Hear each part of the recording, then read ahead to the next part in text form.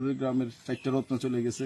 এই রত্নগুলোর জন্য আমরা আর কখনো ফিরে পাবো কিনা জানি না, কারণ সবাই মানে হোসেনপুরের সবচেয়ে উচ্চ শিক্ষিত, মানে এভারেজ সবগুলো শিক্ষিত ফ্যামিলি। তারা চায় 2 ভাই 2 বোন 4 জনে উচ্চ শিক্ষিত এবং ভালো জব করে মিলিয়ে আমরা যে রত্ন হারাইছি সেটা আর কখনো পাবো না।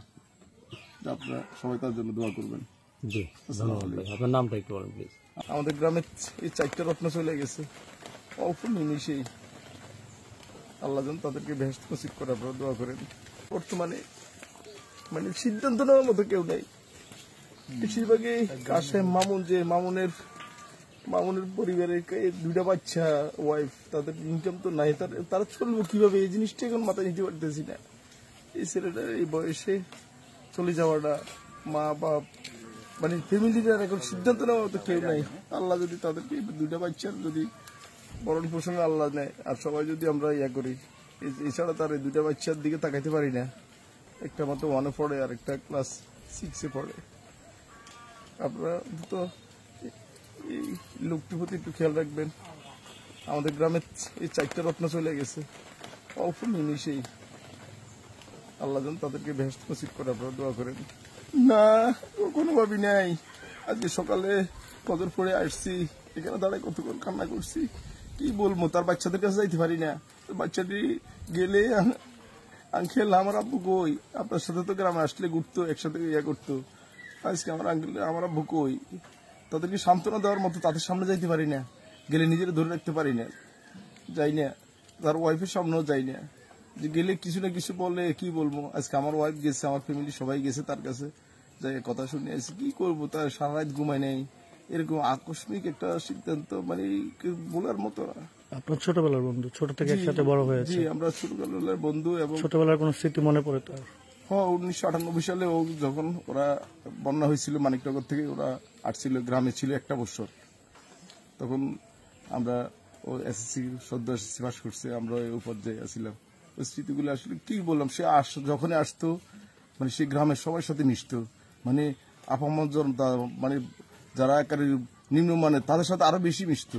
মানে তাদের এটা তারা মানুষের বোঝার জন্য চেষ্টা করতো, মানুষের অনুভূতিগুলো নেওয়ার জন্য চেষ্টা করতো। তারা দুটোটা ভাই, আবুল কাশেম আবুল হাসান, দুটোটা ভাই, এই জিনিসটা তার বেশি ছিল, যে মানুষের সাথে চলাফেরা, মানুষের মানে আকাঙ্ক্ষা বোঝার জন্য তারা খুব চেষ্টা করতো।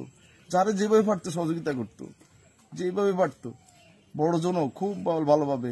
আজকে অনেকে এখন বলতেছে যে আমার এইভাবে সহযোগিতা, কারণ তারা গোপনে করতো সহযোগিতাগুলা। কারণ মানে তারা নিজেরা হাইলাইটস হওয়ার চেষ্টা করতো না। গ্রামে আসলে মানে তারা সাধারণভাবে চলার চেষ্টা করতো, মাঠে ঘাটে ঘুরতো। কালকে পরশুদিন ফোন দিয়ে বলছি একসাথে নামাজ পড়বো, কারণ আমার আব্বা অসুস্থ ছিল, একটু সবাই মসজিদে একটু বইলো, সবাইকে একটু করার জন্য নিজেরাও চেষ্টা করছে। নামাজের 1 ঘন্টা আগে তো আর নাই। এই যে ছোটবেলার কথাগুলো যখন মনে পড়ে কেমন লাগে, যে আপনি এখনো আল্লাহ তাআলা, হায়াতের মালিক আল্লাহ তাআলা, আল্লাহ আপনাকে বেঁচে রেখেছে, আপনার বন্ধু চলে গেছে একটি সড়ক দুর্ঘটনা, সেই স্মৃতিটা মনে পড়লে কেমন লাগে? বললাম তো, আজকে শোনার পর থেকে নিজেকে আর দূরে রাখতে পারি না। সারাক্ষণ একটাই কথা, এই রাস্তা দিয়ে হাঁটলে তো এখন পড়বেই সারাক্ষণ, যে আমি মানে তার ছবিগুলো তো সারাক্ষণ আছে। এই দিয়ে আসছিল আমার ওয়াইফ, আমার বাচ্চারা যাদের সাথে সবসময় ঘুরছে, এবং এই স্মৃতিগুলো এখন মোবাইলে আছে, তো এগুলো খুব পীড়া দেয়, খুব পীড়া দেয়, যে কে নাই সে নাই। একদিন আগে মানে আমার বলতেছে আসতেছি একসাথে নামাজ পড়বো এখন, এবং আসলে মাঠে ঘুরতো সে, মানে সেলো মেশিনে যে গোসল করতো, তার এই আকাঙ্ক্ষাগুলো লাগতো, এবং তার বাচ্চাদেরকেও নিয়ে গোসল করাইতো সে, যে তাদেরকে খুব আদরও করতো। গ্রামে মাঠে নামতো, ধান ক্ষেত দেখতো, ধানের কি গ্রাম, তার এই জিনিসগুলো খুব ভালো লাগতো। সেইগুলো মানে সেই অনুভূতিগুলো আমার এই আবুল কাশেম মামুন খুব খুব ভালোভাবে জানলেন। আসলে যখন ঘটনাটা জানলেন, ঘটনাটা আসলে সত্যি কথা, মানে তার মোবাইলে থেকে ফোন দিছে যে আমাদের এলাকার, এটা তার ইয়াতে কার্ড ছিল যে এই এলাকার, তখন মোবাইলে পুলিশে কল দেওয়াতে আমরা জানছি। কারণ এছাড়া তো 4 জন নাই, কে দিবে আমাদেরকে ওখানে। যদি একটা লোক থাকতো যে বাঁচিয়ে আছে, সে ফোন দিত যে আপনারা আসেন। কারণ তারা তো অ্যাক্সিডেন্ট যেটা শুনছি যে 12:30 থেকে 40-এর ভিতরে হয়েছে, তারপরে তার প্রায় 1.5 ঘন্টা পরে তাদেরকে উদ্ধার করা হয়েছে। এই 1.5 ঘন্টা তো তারা নাই, এবং কেউ কোনো সিদ্ধান্ত নিতে পারে নাই, এবং কেউ ফোনও দেয় নাই। সবাই শুধু বলছে যে মারা গেছে বা গেছে, কই পাইছে। মানে এই গাড়ির নাম্বারটা আমাদের আসলে স্মরণও ছিল না, কারণ কাকা মাঝে মাঝে আসতো গাড়ি নিয়ে, আবার সে ঢাকা চলে যেত, তো আমরা গাড়ির নাম্বারগুলো আমরা মনে করতে পারি নাই। যখন পুলিশ ফোন দিছি তাদের নাম্বারে, মামুনের নাম্বারে, তখন পুলিশে বলছে যে হ্যাঁ আমাদের হেফাজতে আছে, আপনারা আসেন। তখন আমরা গ্রাম থেকে আমরা 7-8 জন গেছি এবং ওখানে তারা পুলিশ আমাদের অনেক সহযোগিতা করছে। তো প্রথম তারা একটা ভুল সিদ্ধান্ত দিয়েছিল আমাদের, যে গাড়িটা তো যখন বাড়ি খেয়ে যখন দক্ষিণমুখী হয়ে গেছে, তারা বলছে যে হয়তো গাড়িটা রং সাইডে ছিল, কিন্তু আমরা সিসিটিভি ফুটেজে দেখলাম যে না, গাড়িটা তাদেরকে বাড়ি দেওয়ার পরে তারা গাড়ি অন্যদিকে মুখ করার পরে এটা হয়েছে। তো এই সিদ্ধান্তটা আমাদের ভুল ছিল, যে না, তারা আসলে ভুল রাস্তা ছিল না, তারা সঠিক রাস্তায় ছিল। এখানে তো আপনারাও জানেন যে না, হানিফ একটা গাড়ি রং সাইডে আসার পর কারণে উনি ব্রেক করাতে হয়তো অ্যাক্সিডেন্ট হয়েছে, এটা আল্লাহর ইচ্ছা ছিল।